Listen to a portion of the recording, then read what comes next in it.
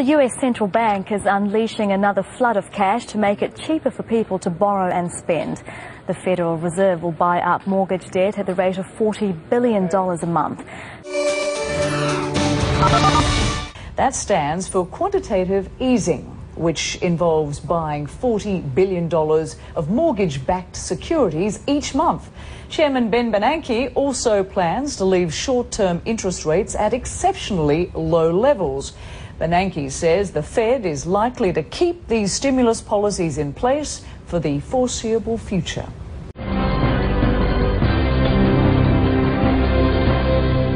The employment situation, however, remains a grave concern.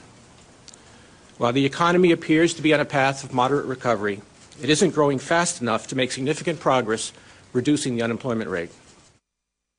The Fed announced the decision on Thursday after a policy meeting of its Federal Open Market Committee.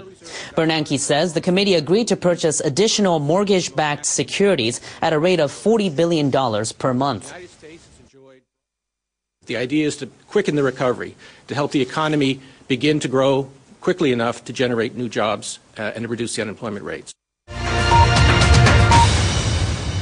He is leaving the door open. That took many people by surprise, but also his statement that he's going to do whatever it takes to get the US labour market going, and that really is a very ambitious target, because a lot of people out there would say, well, every time they announce QE, it has less of an impact than the one before. Now that is true, that's what the Bank of England would say too, and yet they're going to do this nevertheless. Now if we look at demand in the US and similar in the UK, you could say, well, there's a lot of people out there who could borrow money, who have got good credit ratings, but they just simply don't want it because either they're trying to get their debt down or perhaps they're worried about unemployment, for instance.